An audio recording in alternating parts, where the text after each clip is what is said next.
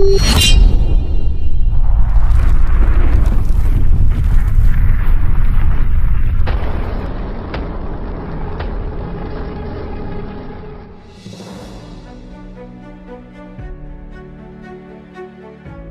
tengah reruntuhan hutan, seorang pemburu bernama Saman berjalan terlatih menyusuri jejak rusa yang terperangkap banjir.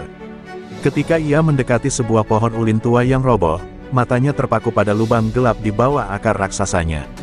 Udara yang keluar dari dalamnya dingin dan berbau besi karat. Rasa penasaran yang dibalut kegelisahan membuat Saman menyulut obor dan masuk perlahan ke dalam celah itu, tidak tahu bahwa ia sedang melangkah ke dalam sejarah yang terkubur selama puluhan tahun. Di dalam lubang itu, Saman menemukan lorong sempit dengan dinding beton tua yang dipenuhi jamur. Ia menuruni tangga besi berkarat menuju sebuah ruangan bawah tanah yang luas, dipenuhi peti logam, senjata berdebu, dan tumpukan amunisi yang masih utuh. Di sudut ruangan, tergantung bendera usang dengan simbol tak dikenal dan tulisan yang memudar, Tanah Merdeka Papua Barat. Nafas Saman tercekat. Ia tahu ini bukan sekadar tempat persembunyian biasa, ini adalah sesuatu yang jauh lebih besar dan lebih tua dari konflik yang selama ini ia dengar di radio. Ketika kembali ke kampung, Saman melapor kepada kepala desa yang lalu meneruskan kabar itu ke pihak militer. Namun, yang datang bukan polisi atau tentara biasa. Beberapa hari kemudian, sebuah helikopter hitam tanpa tanda pendar di lapangan kecil dekat desa. Beberapa pria berseragam hitam keluar dengan wajah tertutup topeng dan perlengkapan canggih. Mereka tak banyak bicara, hanya satu kalimat yang mereka ucapkan pada kepala desa, "Kami dari Hantu Rimba. Jangan ada yang masuk ke hutan itu." Tim Hantu Rimba mulai melakukan penyisiran menyeluruh terhadap sistem bawah tanah tersebut. Mereka menemukan peta tua yang menunjukkan jaringan markas yang terkoneksi lewat gua, sungai bawah tanah, dan bahkan jalur laut. Di beberapa peti, ditemukan bahan peledak tingkat militer, senjata laras panjang buatan luar negeri, serta ratusan dokumen rahasia yang bertuliskan kode operasi dalam bahasa campuran Indonesia dan Belanda. Beberapa dokumen mencantumkan nama tokoh-tokoh penting yang diduga telah lama hilang atau tewas, ternyata mereka hidup dan bekerja dalam bayang-bayang untuk KKB. Yang paling mengejutkan adalah dinding terakhir dari ruangan itu, beton setebal 2 meter, dilapisi logam, dan hanya bisa dibuka dengan kombinasi biometrik yang tidak dikenal. Para teknisi militer memperkirakan tempat itu adalah pusat dari jaringan lama yang diduga telah ditinggalkan sejak 30 tahun lalu, tapi dibiarkan tetap aktif. Energi listriknya masih menyala lewat panel surya tersembunyi di atas pohon-pohon tinggi. Keberadaan tempat ini seakan menamparkan semua keyakinan bahwa KKB hanyalah gerakan liar tanpa struktur. Malam itu, di markas sementara Hantu Rimba, laporan dikirim langsung ke Mabes TNI dengan tingkat kerahasiaan paling tinggi. Sebuah kode operasi baru lahir dari reruntuhan akar pohon tua itu, Operasi Bayangan. Di tempat yang tak terduga, sebuah pintu menuju perang tersembunyi telah terbuka, dan apapun yang bersembunyi di dalamnya, akan menjadi ujian terberat bagi pasukan elit Indonesia. Di ruang bawah tanah markas besar TNI, Jakarta, rapat darurat tengah berlangsung di balik pintu baja kedap suara. Para jenderal, kepala intelijen, dan perwira tinggi pasukan elit berkumpul mengelilingi meja digital berisi citra satelit hutan Kalimantan. Di layar, tampak gambar termal dari struktur bawah tanah yang baru ditemukan. Seorang perwira Kopaska membisikkan data mengejutkan, energi listrik aktif, sinyal radio statis di frekuensi lawas, dan logistik yang tidak mungkin ditinggalkan begitu saja. Ini bukan markas mati, ini sarang yang sedang tidur. Presiden RI, melalui jalur aman, telah mengeluarkan perintah langsung, aktifkan pasukan bayangan. Maka, 3 kekuatan paling rahasia Indonesia dipanggil kembali dari misi-misi senyap. Mereka, Hantu Rimba dipanggil keluar dari belantara Sumatera, Kopaska ditarik dari penyamaran Laut Filipina Selatan, dan Denjaka, unit paling mematikan TNI AL, diberangkatkan dari pangkalan bawah tanah di Laut Jawa. Ketiganya disatukan dalam operasi gabungan bertajuk Operasi Bayangan, dengan satu tujuan, menelusuri dan menghancurkan jaringan lama yang telah bersarang terlalu lama di jantung Nusantara. Pusat kendali operasi berpindah ke kapal Komando Laut Kri Halilintar 402, yang berlayar diam-diam mendekati perairan Kalimantan. Di atas kapal itu, Komandan Pasukan, Kolonel Rahman, Hantu Rimba, Mayor Andika Kopaska, dan Letnan Kolonel Ratih, Denjaka, bersatu dalam ruang taktis yang gelap, menatap peta virtual yang saling bertaut dari Kalimantan, Papua, hingga gugusan pulau kecil dekat perbatasan Malaysia. Apa yang semula dianggap hanya sisa konflik separatisme kini terungkap sebagai jaringan militer bawah tanah berskala regional. Informasi yang dikumpulkan dari markas bawah pohon tua menunjukkan sistem pengiriman senjata menggunakan jalur laut dalam, dengan titik drop yang mengarah ke lepas pantai Kalimantan. Sebuah penyelaman dalam dijadwalkan oleh tim Kopaska untuk menelusuri kabel dan pipa logistik laut yang diduga sebagai jalur suplai utama KKB. Di saat bersamaan, hantu rimba menyebar ke hutan-hutan untuk menelusuri bunker lain, sementara Denjaka menyiapkan penyusupan ke Papua, tempat di mana koneksi pusat dari semua jalur ini diyakini berada. Namun, penyelaman pertama di pesisir utara Kalimantan tak berjalan mulus. Tim Kopaska menemukan gerbang besi besar yang terkunci dengan sistem sensor biometrik dan suhu. Ketika salah satu penyelam mencoba memotong kabel sensor, ledakan kecil meledakkan area sekitar dan membunuh 2 anggota Kopaska. Kamera helm mereka sempat menangkap bayangan manusia berenang cepat menjauh, tak mungkin dilakukan oleh penyelam biasa. Musuh telah sadar, dan mereka sangat siap. Kabar kehilangan 2 prajurit Kopaska tersebar senyap ke seluruh tim. Di tengah heningnya ruang taktis, Kolonel Rahman menggenggam peta digital dan menatap rekan-rekannya. Mereka tahu kita datang, tapi kita tidak akan mundur. Ini bukan lagi soal separatisme. Ini adalah invasi diam-diam terhadap tanah air kita. Maka, misi dilanjutkan dengan intensitas berlipat. Di bawah laut, di dalam hutan, dan jauh di bawah tanah, bayangan-bayangan perang masa lalu kini bergerak kembali, dan Indonesia bersiap melawannya dengan kekuatan terbaik yang dimiliki. Langit di perbatasan Kalimantan dan Malaysia mendung pekat saat tim hantu rimba bergerak menyusuri lereng Bukit Sunyi yang dikelilingi hutan lebat.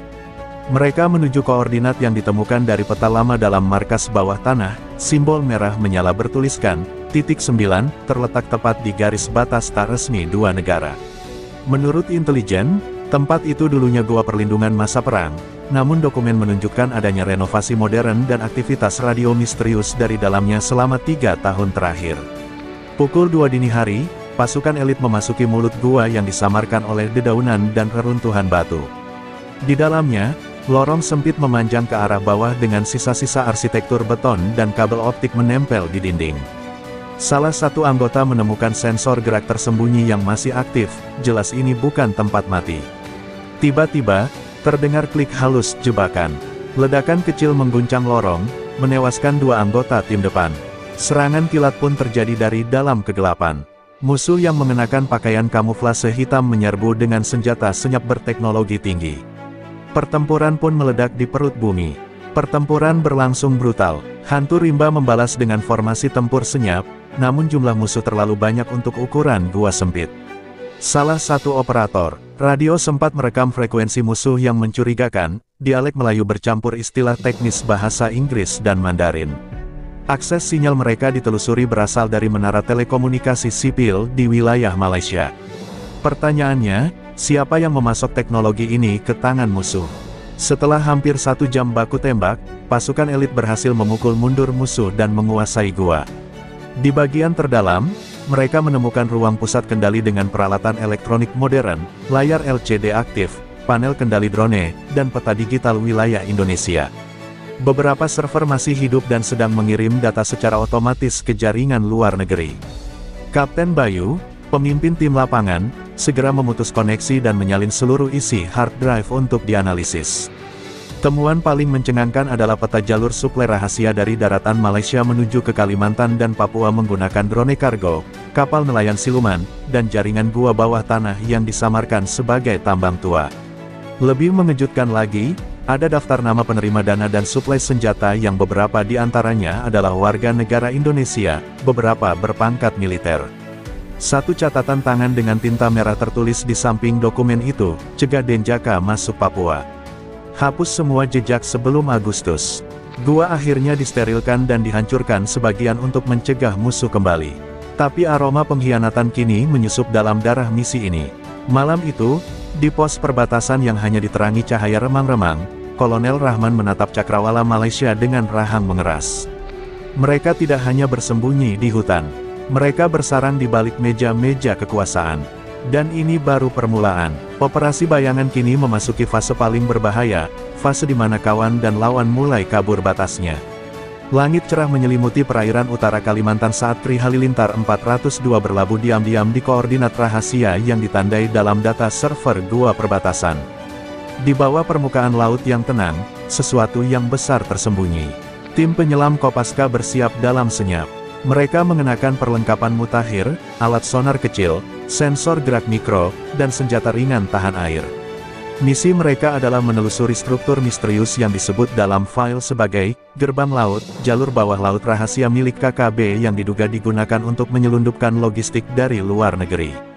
Saat mereka turun ke kedalaman 60 meter, suasana berubah mencekam. Dasar laut di area itu tampak tidak alami. Struktur logam sepanjang 20 meter tertanam dalam lumpur laut, menyerupai pintu baja kapal selam dengan panel sidik jari dan pengenal suhu. Salah satu penyelam, Sertu Indra, mengaktifkan alat pemindai untuk memetakan bagian dalam, hasilnya menunjukkan ruangan berisi rak logistik, tabung besar, dan peti kargo bertuliskan karakter asing. Namun, sebelum mereka bisa mendekat, sensor mereka menangkap gerakan cepat dari arah timur. Bayangan melintas, terlalu cepat untuk ikan, terlalu kecil untuk kapal. Tiba-tiba, ledakan bawah air mengguncang mereka. Dua penyelam terseret gelombang ledakan. Suara alarm sonar berbunyi, mereka diserang. Dari balik kegelapan, muncul 3 objek mirip drone laut taktis, lengkap dengan senjata otomatis mini. Pertempuran bawah laut terjadi, sepi, sunyi, tapi mematikan. Dengan koordinasi senyap, Kopaska berhasil menghancurkan 2 drone, namun satu berhasil kabur ke arah timur, menyelam lebih dalam ke arah palung yang belum dipetakan. Setelah mengamankan area, tim berhasil membuka sebagian gerbang laut dan menemukan ruangan penyimpanan. Di dalamnya, senjata laras panjang buatan Jerman, bahan peledak berdaya tinggi, dan tabung biokimia tanpa label. Salah satu tabung bocor dan membuat 2 penyelam mual serta kehilangan kesadaran, mereka langsung dievakuasi. Penemuan itu mengubah misi. Ini bukan sekadar penyelundupan senjata, ini bisa jadi pengembangan senjata biologis. Dan yang lebih mengejutkan, salah satu label pengiriman bertuliskan, Transit, Pelabuhan Singapura, untuk keperluan riset maritim. Tri Halilintar mengaktifkan blokade senyap di wilayah tersebut dan mengirimkan data langsung ke pusat. Temuan itu membangkitkan kecurigaan baru di tingkat atas, apakah Singapura mengetahui dan terlibat, atau hanya dimanfaatkan sebagai jalur transit. Ketegangan diplomatik mulai terasa, namun informasi ini disimpan rapat untuk mencegah kegemparan. Komando Operasi Bayangan kini menetapkan prioritas baru, temukan titik pusat kendali jaringan ini, yang semua jalurnya mengarah ke satu tempat Papua. Kolonel Rahman, Mayor Andika, dan Letkol Rati berdiri di ruang taktis kapal, menatap peta digital yang perlahan memperjelas gambaran besar. 3 titik utama membentuk segitiga, Kalimantan, perbatasan Malaysia, dan kini Papua. Kita sudah potong 2 lengan mereka, ujar Letkol Rati. Tinggal 1 kepala yang harus kita patahkan. Maka, misi pun berubah, Denjaka bersiap bergerak ke Papua, tempat hutan menyembunyikan sesuatu yang telah berdenyut di balik bayangan selama puluhan tahun. Masih di kedalaman zona 404, markas musuh kini telah menjadi senyap. Asap masih membumbung dari ruangan generator dan titik-titik ledakan yang dipasang Denjaka. Letkol Rati menatap jam taktis di lengannya, waktu evakuasi tinggal 2 jam. Sementara tim medis menstabilkan prajurit yang terluka, 2 operator siber Denjaka berpacu menanam logic bom ke dalam server utama musuh. Begitu mereka pergi, virus itu akan menyebar ke semua perangkat yang terhubung dengan jaringan KKB, menghancurkan sistem komunikasi, navigasi, dan pengendali drone. Tidak ada jalan pulang bagi lawan. Namun bukan hanya data yang mereka temukan, di salah satu ruang tertutup terdapat ruang operasi kecil dan freezer berisi sampel biologis. Label pada sampel mengejutkan, prototipe XN21 Rapid Transmission Vector, acquired from Port S. Ini bukan hanya senjata konvensional, ini bukti bahwa pihak asing, diduga dari pelabuhan Singapura, memasok senjata biologis untuk menciptakan ketakutan massal. Rati mengirimkan foto label itu langsung ke pusat, disertai perintah untuk Red Alert nasional. Jika virus ini lepas, tidak hanya Papua yang terbakar, tetapi dunia akan menuduh Indonesia sebagai sumbernya.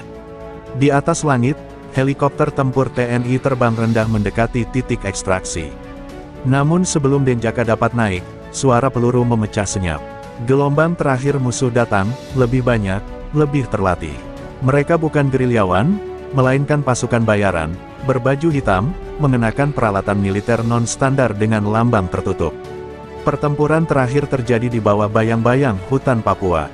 Dalam kekacauan itu, satu anggota Denjaka, Sersan Tama, memilih bertahan di belakang, menahan serangan musuh sendirian sambil menyalakan bom waktu pada jalur masuk gua. Bom meledak bersamaan dengan keluarnya helikopter dari zona 404. Ledakan mengguncang hutan dan menciptakan kawah besar yang menelan seluruh markas musuh. Tidak ada yang tersisa, kecuali bara dan puing.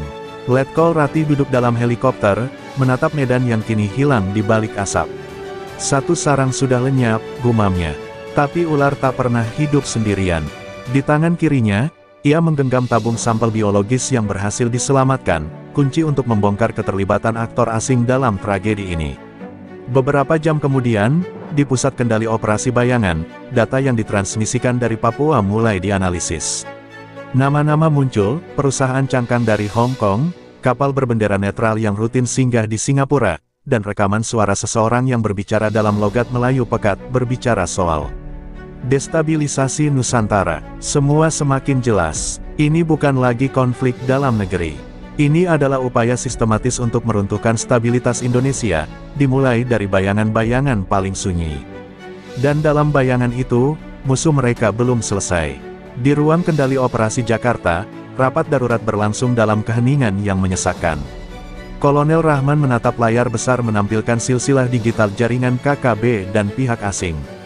Di salah satu cabang, muncul nama mengejutkan, Brigjen Hadi S., pejabat senior yang selama ini menjadi penghubung intelijen kawasan timur Indonesia. Temuan ini mengguncang markas besar.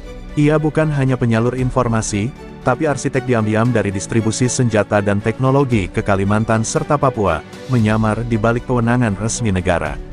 Sementara itu, tim gabungan Hantu Rimba dan Kopaska bergerak ke Jakarta secara diam-diam, ditugaskan memburu jaringan dalam negeri yang disebut sebagai lapis ketiga. Operasi ini harus berlangsung tanpa sepengetahuan publik, karena menyentuh ranah kekuasaan. Sebuah sinyal aneh dari Pusat Komando Angkatan Laut membawa mereka ke gudang logistik di Tanjung Priok.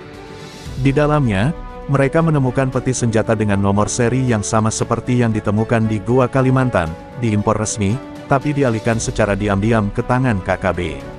Pengejaran terhadap Brigjen Hadi pun dimulai. Ia sudah mengetahui bahwa jaringannya terungkap, dan kini bergerak menuju helipad rahasia di luar Jakarta. Denjaka diterjunkan kembali, dengan izin langsung dari Presiden. Di tengah hujan lebat, terjadi penyergapan di kawasan pabrik tua yang telah lama ditinggalkan. Brigjen Hadi muncul dengan pakaian sipil, diapit dua pengawal bersenjata. Sebelum ditangkap, ia sempat berkata lirih, "Kalian pikir negeri ini milik kalian sendiri. Kalian hanya menjaga reruntuhan yang ditutupi bendera." Saat diinterogasi, Hadi membuka lembaran gelap yang lebih dalam. Ia mengaku menjadi bagian dari Operasi Langit Hitam, sebuah proyek lama yang dibiayai oleh pihak asing untuk menciptakan zona abu-abu di Indonesia, wilayah tanpa hukum, penuh konflik, agar investor dan kekuatan global bebas menancapkan kuku. Ia menyebut nama-nama lain, beberapa di pemerintahan, beberapa masih aktif di militer.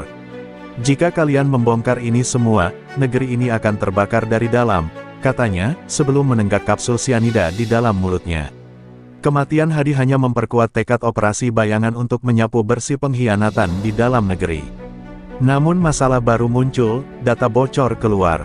Salah satu server yang sempat mereka akses di Papua ternyata memiliki koneksi otomatis ke jaringan luar negeri, dan kini informasi tentang markas rahasia, keterlibatan TNI, serta operasi di Kalimantan mulai tersebar di forum gelap dunia maya. Dunia internasional mulai melirik ke Indonesia dengan penuh kecurigaan, dan tekanan diplomatik mulai menghimpit. Kolonel Rahman menatap rekaman yang bocor, menutup laptopnya perlahan. Mereka tidak hanya ingin menggoyahkan kita dari luar, tapi memaksa kita saling mencurigai dari dalam. Kini, pilihan mereka tinggal dua, membersihkan semuanya hingga ke akar dengan risiko perpecahan, atau diam, dan biarkan kegelapan tumbuh kembali. Tapi sebelum mereka bisa membuat keputusan, sebuah laporan masuk dari Papua, seseorang masih hidup di dalam jaringan itu. Dan ia lebih berbahaya dari Hadi. Di sebuah kamp rahasia di pedalaman Papua, tim kecil gabungan dari Denjaka, Kopaska, dan Hantu Rimba kembali menyusup. Berdasarkan penyadapan terakhir dari jaringan bawah tanah KKB, masih ada satu figur yang belum tertangkap, disebut sebagai arwah gunung. Sosok ini diyakini dalam sebenarnya dari seluruh jaringan, seseorang yang tidak pernah tampil di layar, tidak terdata dalam sistem, dan memiliki koneksi langsung ke kekuatan asing serta kelompok pemberontak lokal.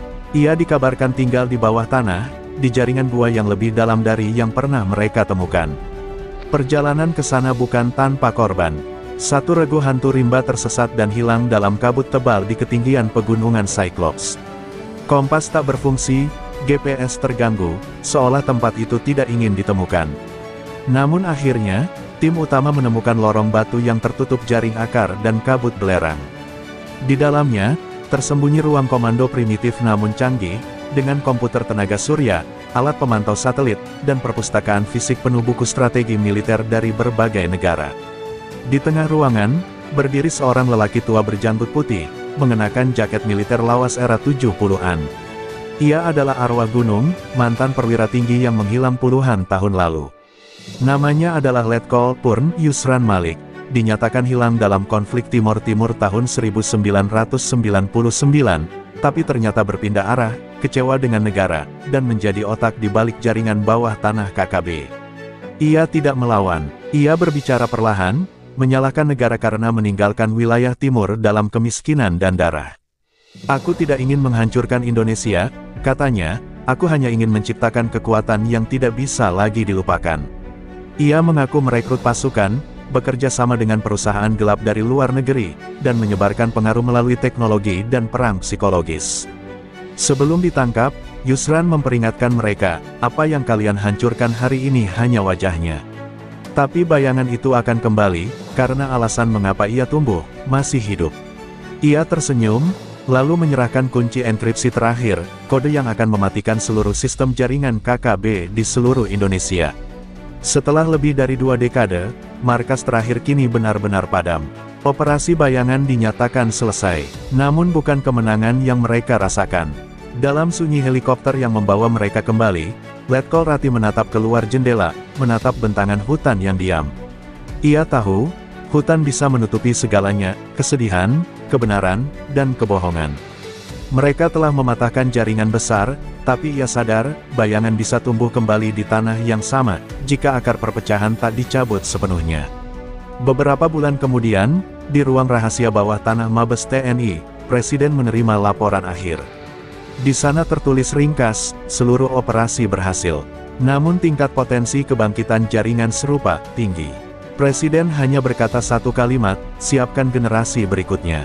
Ini belum selesai, ini hanya jeda. Maka kisah operasi bayangan berakhir, tapi perang senyap untuk kedaulatan NKRI baru saja memasuki babak baru.